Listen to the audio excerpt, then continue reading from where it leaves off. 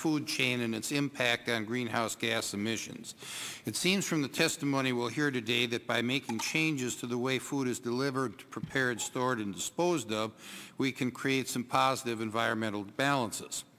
But there are costs associated with these changes. In the long run, these costs may be worth it, or maybe they're not. It points to a larger problem with all things green being sold to us today. One of the projects we'll hear a lot about today is part of Speaker Pelosi's Green the Capitol initiative.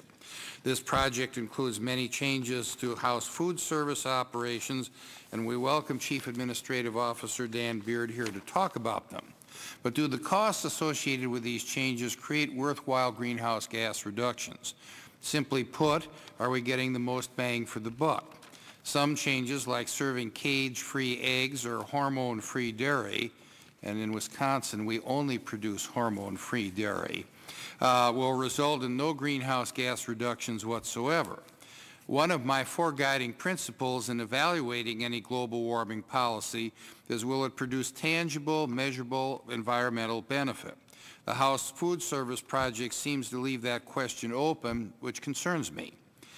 If the point is to reduce greenhouse gas emissions, could the money spent making wholesale changes to House food services be better focused on creating more energy efficiency in the House?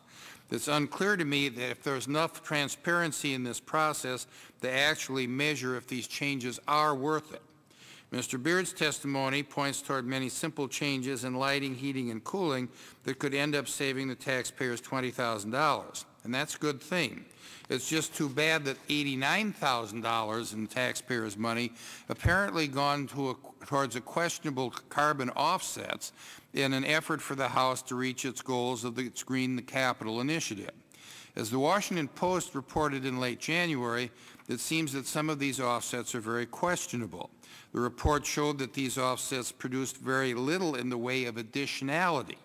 That is, it was difficult to show how those taxpayers' dollars did anything to create greenhouse gas reductions that would not have occurred anyway.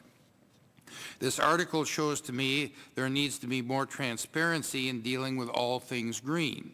It seems obvious that there are many opportunities for waste, fraud, and abuse, or questionable actions to be hidden in a green cloak.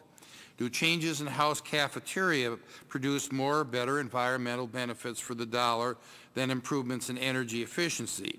Do offsets really produce greenhouse gas reductions, and if so, how much? These are questions that both policymakers and consumers should have answers to. Many of the changes talked about today in the food service industry will come down to consumer choice.